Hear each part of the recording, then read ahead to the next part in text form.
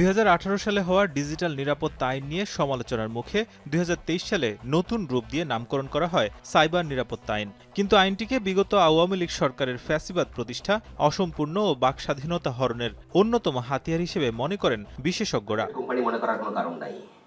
Telecom and technology reporters নেটওয়ার্কের উদ্যোগে cyber নিরাপত্তা আইন, নিরাপত্তা ও বাকস্বাধীনতার ভারসাম্য কেমন শীর্ষক আলোচনার আয়োজন করে। এ সময় বক্তারা বলেন, এ আইনে নিরাপত্তা নিয়ে যতটুকু চিন্তা করা হয়েছে তার চেয়ে বেশি হরণ করা হয়েছে বাকস্বাধীনতা। আইনটির অধিকাংশ ধারা অসম্পূর্ণ ও তথ্য নিরাপত্তা ও সংরক্ষণ নিয়েও নেই কোনো সুনির্দিষ্ট নীতিমালা। এতে আগামী দিনে বাংলাদেশের তথ্য বেহাতের শঙ্কা আছে বলে মনে করেন তারা।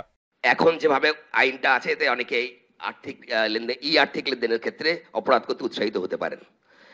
আমার মনে হয়েছে যে ডাটার সুরক্ষা, কৃত্রিম বুদ্ধিমত্তা এবং মেশিন লার্নিং প্রযুক্তির ব্যবহার এবং অপরাধের শাস্তির যে বিষয়টি, সেটা এই আইনে নির্ধারণ করে করা উচিত। তাইলে নতুন আইনের প্রয়োজন হবে না। এটা আসলে আইন, এটার কোনো সমাধান না।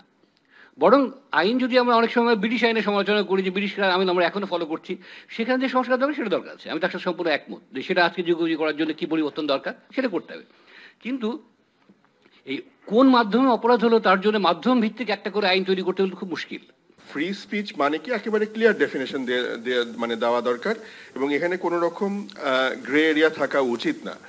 এবং শুধু তাই না, থাকলেই হবে না, সেটাকে অ্যাওয়্যার করতে হবে, সচেতন করতে হবে সবাইকে। মানুষকে আমি এখানে প্রথমত তাকে কারেক্টেড হওয়ার জন্য একটা সুযোগ থাকতে হবে, এবং সে যেন বুঝতে পারে যে আমি এই ধারাটাকে যদি ভায়োলেট করি তাহলে আমার জন্য একটা জরিমানা বা আমার জন্য একটা শাস্তি আছে। সাইবার সিকিউরিটি আইনের ধারাগুলো অসম্পূর্ণ বলে মনে করেন অনেকে। ভাষাগত কারণেই এই আইন পরিবর্তন করে খুব বেশি লাভ নেই, তাই আইনটি বাতিল করে নতুন আঙ্গিকে লিখতে হবে বলে মনে করেন তারা। এছাড়া পরোয়ানা ছাড়া তল্লাশির 42 নম্বর ধারাটি সম্পূর্ণ বাতিল করা উচিত বলে মনে করছেন বিশেষজ্ঞরা। আমাদের সাইবার সিকিউরিটি আইনে যদি আপনি দেখেন, এগুলো কিছুই নেই।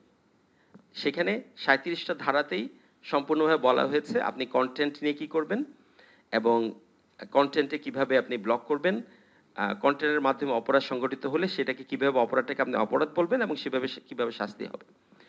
এই পুরো প্রক্রিয়াতে যে জিনিসটা আসলে মিসিং সেটা হচ্ছে ডিজিটাল সিকিউরিটি অথবা cyber security itself. Cyber security নিশ্চিত করার সঙ্গে ডিজিটাল মাধ্যমে বাক স্বাধীনতাও যেন রক্ষা করা যায় সেদিক বিবেচনায় এই আইনকে ঢেলে সাজাতে হবে। তাই সাইবার সিকিউরিটি আইনটি বাতিলের দিকে গেলেও নতুন আইন করার আগে সব পক্ষের সঙ্গে আলোচনা জরুরি বলে মনে করেন সরকারের এই দুই কর্মকর্তা।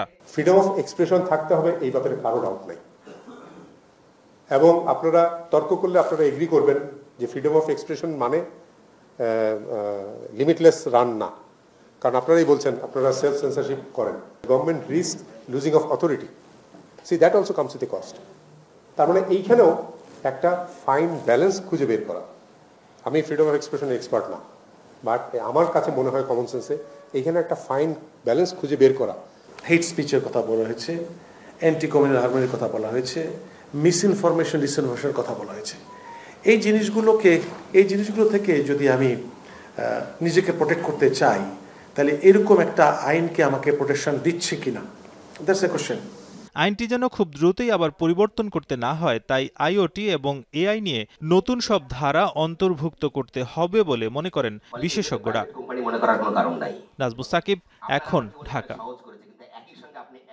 মাঠের অলরাউন্ডার আমি, আর ঘরের allrounder Tylox. Tylox toilet cleaner, clean মানেই টাইলক্স।